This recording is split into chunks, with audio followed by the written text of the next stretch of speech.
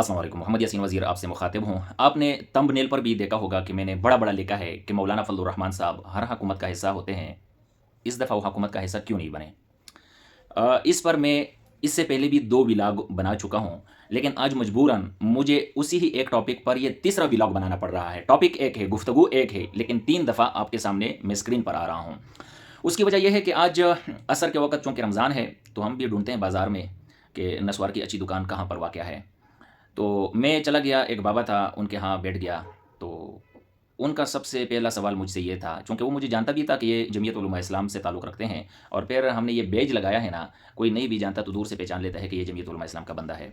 कहता है, "अच्छा यासीन भाई ये बताओ, मौलाना फजलुर रहमान साहब इस दफ़ा हुकूमत में शामिल क्यों नहीं हुए?" मैंने कहा, "अच्छा ये बताओ कि मौलाना शामिल कब हुए थे हुकूमत में?" ये भी तो कहता है, "हाँ, हर हुकूमत का हिस्सा होते हैं वो।" मैंने कहा, ये बड़े मज़े की बात आपने बताई।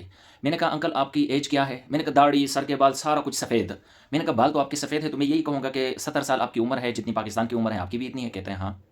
मैंने कहा, अब आप बताएं मुझे कि मौलाना फजलुर रहमान साहब किस हुकूमत का हिस्सा रहे हैं? फिर अगली बात करेंगे कि हुकूमत का हिस्सा वो क्यों नहीं रहे इस दफ़ा। आप पहले मुझे ये बताएं कि वो किस हुकूमत का हिस्सा रहे हैं। कहते हैं, क्यों नहीं? बेनज़ीर हुकूमत का इत्तेहादी भी था, परवेज़ मुशर्रफ का इत्तेहादी भी था, जरदारी का इत्तेहादी भी था। तो ये शुरू हो गया।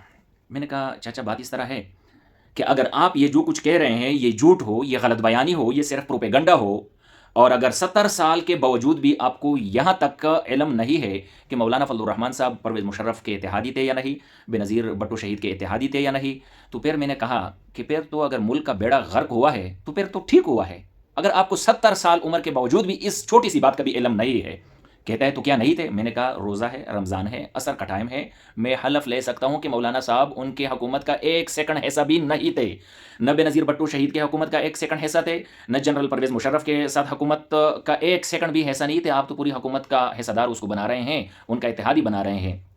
कहता है, तो फिर वो कश्मीर कमेटी का जो चेयरमैन था, यहीं पर हम मार खा जाते हैं। देखो, सबसे पहली बात तो यह है ना कि जब तक आप सच को एक्सेप्ट नहीं करेंगे, बोलते रहो, झूठ बोलते रहो, जितनी मर्जी हो बोलते रहो, आपका मसला हल नहीं होगा, क्योंकि आप सीमत ही गलत खड़े हैं। आप झूठ बोल रहे हैं, आपको हक़ाइक़ का इल्म ही नहीं है। पहले सच जानकर जियो, नंबर 1। नंबर 2 बात मैं आपको ये बताता चलूँ कि ये जो कमेटीज़ होती है ना, किसी पार्लियामेंट में कमेटीज़ जो होती है, ये पार्लियामेंट का हाथ, पाँव, आँख, कान, मुँह, नाक ये होती है, ठीक है? जिस तरह के बिलावल भुट्टो वज़ीर ख़ारिजा थे ना, तो अब बिलावल भुट्टो अकेले एक बंदा है, वो अकेला क्या करेगा? पीछे उसकी एक कमेटी बना दी जाती है, जिसको कहते हैं कमेटी बराए खारजा उमूर। अब उस कमेटी के मीटिंग्स होते हैं, वो प्लानिंग्स करती है कि इस दफ़ा जब बिलावल साहब आएँगे तो हम ये चीज़ें उनके सामने रखेंगे कि बिलावल साहब आपको इस तरह चलना चाहिए। ये करें, ये करें, ये करें। इस कमेटी का बाकायदा एक हेड होता है। तो याद रखें कि इन कमेटीज़ का हेड अपोज़िशन से भी बनाए जाते हैं, ठीक है? वो एक्सपर्टीज़ की बुनियाद पर होती है, तजुर्बात की बुनियाद पर होता है। जैसा कि मौलाना फजलुर रहमान साहब से तजुर्बाकार सियासतदान तो इस वक़्त पूरी दुनिया में भी नहीं है, पाकिस्तान तो छोटा सा मुल्क है। लेकिन बहरहाल जब नवाज शरीफ वज़ीर आज़म थे उस वक़्त भी 1-2 कमेटीज़ के चेयरमैन पीटीआई के लोग थे। तो क्या पीटीआई उस हुकूमत का हिस्सा था?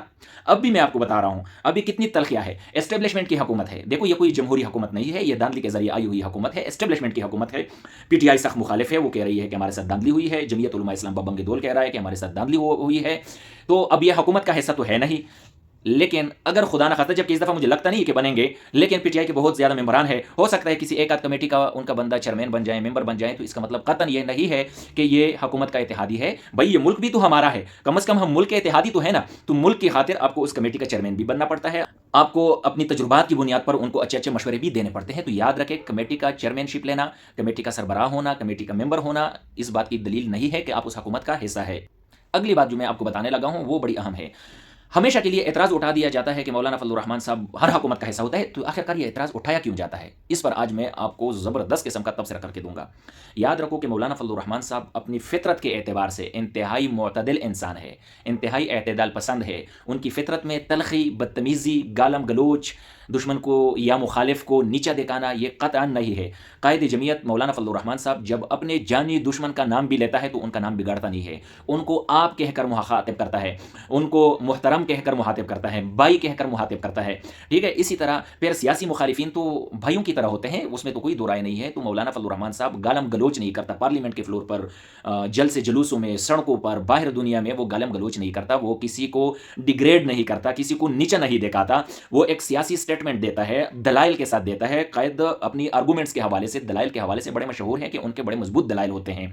तो कायद दलाइल की बुनियाद पर लड़ाई लड़ता है, गालम गलोच वो नहीं करता, मीठी ज़बान इस्तेमाल करता है। अब भी आप देखेंगे जब पार्लियामेंट में कायद जाएगा ना, तो आपको लग पता जाएगा कि भाई कायद इतनी शदीद इख्तिलाफ के बावजूद इतना एहतराम का रिश्ता कतई कायद अपने हाथ से जाने नहीं देता। और यही मेरे कायद का वतीरा है, और हम सबको कायद की हिदायत भी यही है कि आप भी अपनी सियासत में कतई तलखियों को शामिल न किया जाए, ज़ातियात को शामिल न किया जाए अपनी सियासत में। बड़ी तमीज़ के दायरे में, अखलाक के दायरे में सियासी गुफ्तगू करके मुखालिफ को दलील के ज़रिए या हराओ और या मनाओ। तो ये थी सारी कहानी। ये तीसरा व्लॉग है जो मैं एक ही टॉपिक पर बना रहा हूँ। मुझे इजाज़त दीजिए, वसलाम।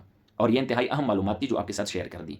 अच्छा, एक बात मैं भूल गया था, इसी वजह से दोबारा वीडियो ऑन करके ये दूसरा क्लिप जोड़ रहा हूँ कि कायदे जमीयत ने अपनी सियासी कैरियर में सिर्फ 3 दफ़ा इत्तेहाद किया है। वो 3 दफ़ा क्या, जरदारी की जब हुकूमत थी, जब जरदारी सदर पाकिस्तान थे, तो 2008 से लेकर 2010 तक जरदारी के साथ इत्तेहाद में थे। फिर उसके बाद रास्ते जुदा हो गए। फिर 2013 से 18 तक मियां नवाज शरीफ के साथ इत्तेहाद में थे। 5 साल का मुकम्मल इत्तेहाद रहा। इसके बाद जो PDM की हुकूमत रही वो आप सबके सामने थी।